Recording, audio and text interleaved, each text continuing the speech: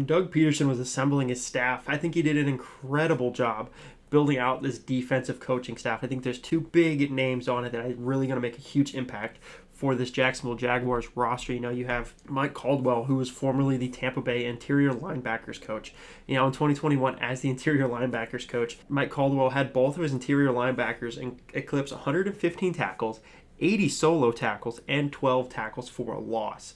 Now, those are incredible numbers, and the Jaguars have two very good linebackers on the interior that I think are going to make a bunch of money off of the coaching they're going to receive from this great defensive coaching staff. But, we're going to get to the linebackers here in a second.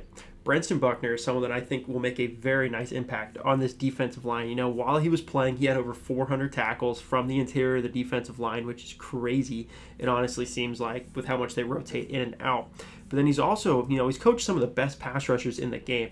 Chandler Jones and Shaq Barrett, just to name a few. Both guys have, flirted with that 20 sack number. I think both have actually eclipsed 20 sacks. But, let's get right into the meat and potatoes of this 2022 defensive starter prediction. It's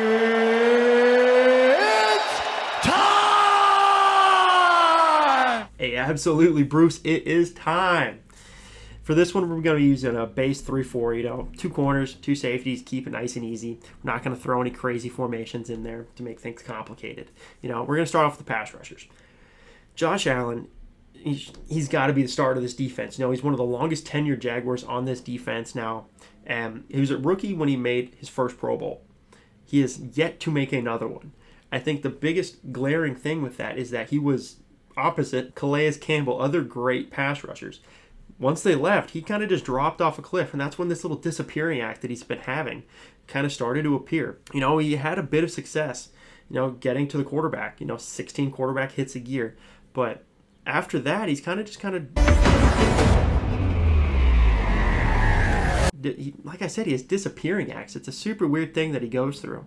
But hopefully, with the nice addition of the freak of nature, Trayvon Walker, his performance should go up considerably because now he is not the only one getting the attention. He was brought in to be one of the best young pass rushers in the league. Walker was. Obviously, is he like that right now? No. Does he have the attributes and the traits to be developed into that? Absolutely. I absolutely think he's going to have a bunch of rookie mistakes his first year, probably into year two. But then once he kind of gets the motion going, that athletic ability is just going to take over, and he's going to have those instincts after a couple of years of coaching, and he's going to be a monster. 4.5, 140, 3-cone drill that matches up with any all-pro defensive lineman you want to put out there. And, while Walker didn't put up incredibly gaudy pass rushing numbers at Georgia, he was quietly one of the best run defenders in the country. He's definitely going to make a huge impact stopping Derrick Henry, stopping Jonathan Taylor. And he's going to have the help of his interior defensive line, which, in my opinion, is led by Foley Fatukasi. He's someone that's going to pay huge dividends for the Jaguars. One of the best signings. It wasn't on my radar at all whenever they brought him in, but absolutely, I love the signing. There's another signing later that wasn't on my radar, and I absolutely love as well. Like Walker, Fatukasi is an absolute line disruptor. He just moves people around. He is the Fatukasi moving company because he will pack your stuff up and throw you right into your quarterback. He's a great run stuffer as well. He gets a lot of interior pressure moving that line of scrimmage. Unfortunately, he doesn't have the skill set to be a pass rusher, which is really weird. He gets great interior push, but he doesn't have, stat numbers and things like that to show that he has actual skill set to be a pass rusher. He doesn't even have pressures, really. It's really weird dynamic he has. But he has said that he really does want to improve on his pass rushing ability. So if he can actually be a quality pass rusher and turn that just interior pressure into actually passing pressure, it's going to be an incredible day in the River City, and the fans are going to be going nuts for him. Now, the other two guys, are presumed to nose tackle Devon Hamilton, and then the other guy's probably going to be Roy Robertson Harris. Mr. Roy Roberts, thank you, Urban Miller, for that one. Robertson Harris is someone that, both these guys are just good rotational pieces, and they're going to make some impact in the run game. And they're, if you get 2 sacks out of them a year, 2-3 sacks, you're very happy with their performance. You're not expecting these guys to have huge impacts on the team. I personally am not anyway. It's nothing against them. I just think they're very good quality, space-eating rotational players on the defensive line. But I do think they're going to get the nod for starting. Now, let's talk about the second half of this new look front seven that Mike Caldwell gets to play with. The interior linebackers. These guys are going to be insane, in my opinion, this tandem right here. The Jaguars moved on from weak side linebacker Miles Jack. They tried him in every single position you could probably play him in. They put the green dot on. They took the green dot off. They put the green dot on. They took the green dot off. They played him here. They played him there. Everywhere Miles Jack played, but ultimately he gets cut primarily due to cap constraints. They brought in two really big money guys. Brandon Sheriff, Christian Kirk, two huge money guys. And then on top of that, Oluwakin as well. But Miles Jack leaves, so they go and get one of the best weak side linebackers in the draft. Somebody that honestly has the potential to maybe be even a down lineman and play one of the two outside spots. But Devin Lloyd. Lloyd is someone that Jaguars fans have massive expectations for. I've seen all over Twitter that they think he might be the front runner for Defensive Rookie of the Year. Lloyd absolutely showed out while he was playing for the Utes. Amassed 110 tackles, 22 of which went for loss. And he only had 7 sacks. So I'm saying that like he only had 7 sacks. He's a linebacker and he had 7 sacks. So he had 15 other, behind the line disrupting plays. So, and then on top of all of that, not only does he is a menace on the line, he also had 4 interceptions, and he brought 2 of them back for touchdowns. There were Jaguars that had 2 touchdowns on the offense. Lloyd is an athletic maniac, and he play all over the front seven. Like I said, you can put him on the line. You can have him in the interior. That's probably honestly where they're going to play him. But there's optimism for Lloyd, and as you can tell, I'm very excited to see him play in 2022. Now, the other linebacker is someone that is a potential green dot guy, and I love this stat. I say it every time I can. He is the 7th highest single season combined tackle number in NFL history. 192 combined tackles. It's just absurd that this man wasn't all-pro with that insane number. But, Foye Oluwakin is someone that was, once again, not on my radar at all. But once the signing was announced, ooh, baby, I loved it. And this front seven is going to be so disgusting. I can't wait to watch them play. Foye is someone that can not only have an impact in the running game. You think about probably one of the greatest Jaguars interior linebackers, Paul Posluszny. Great against the run, great at getting the defense lined up. But if you ask that man to cover, you might as well have me out there. It wasn't getting done.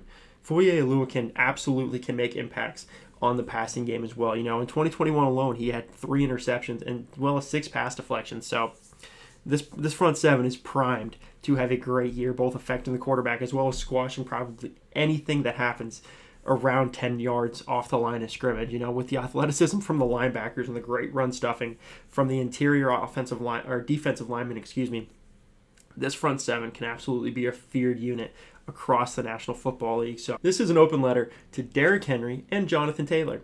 Mark your calendars for when you play the Jaguars, and just go ahead and let your teams know, let your fantasy football owners know that, not to play you. You're going to take a sick day because you're not going to be doing anything against this front seven.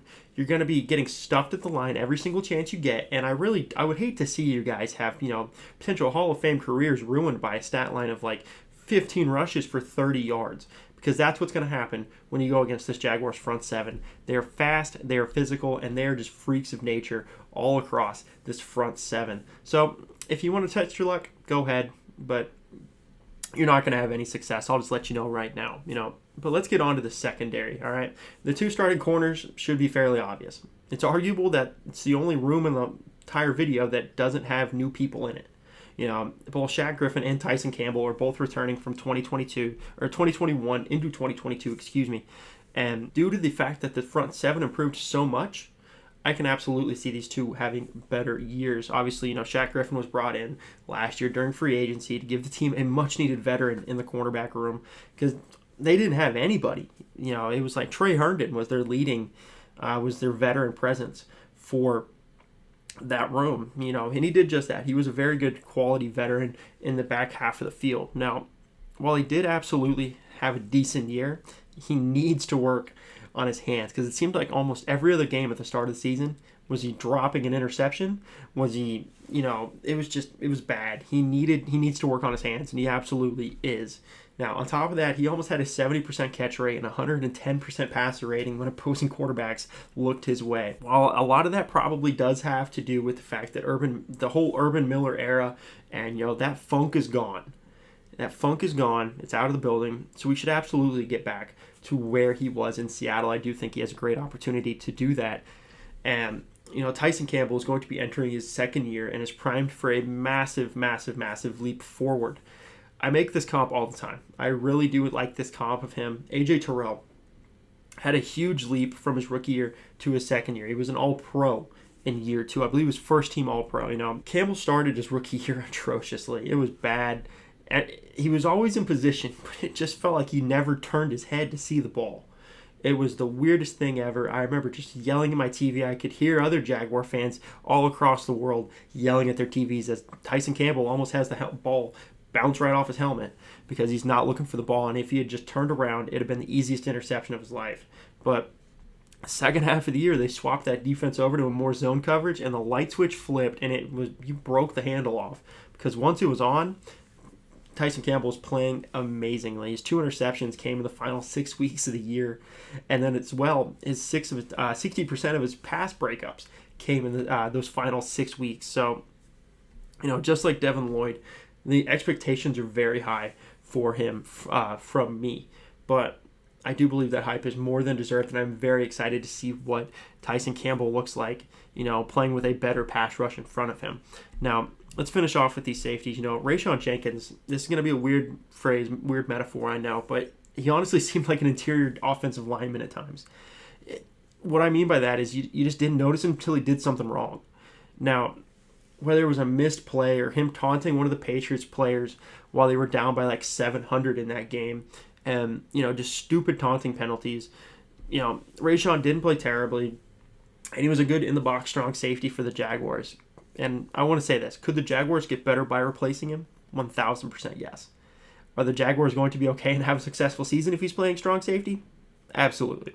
There's no reason to move Rayshawn Jenkins. He's a quality back. He's a quality player, and I don't think he's anywhere near a player like Wingard where it's like, can we please move on from this guy? It's just hey, he's back there, whatever. He's one of the 11. Now, the final player that I'm going to be talking about is Andre Cisco. I think he should absolutely be the starting free safety in his second year. Cisco was drafted to be the ball-hawking safety in the deep secondary, and when he was able to see the field, he did a great job. He was able to make plays wherever he was, and he was usually around the ball a whole heck of a lot.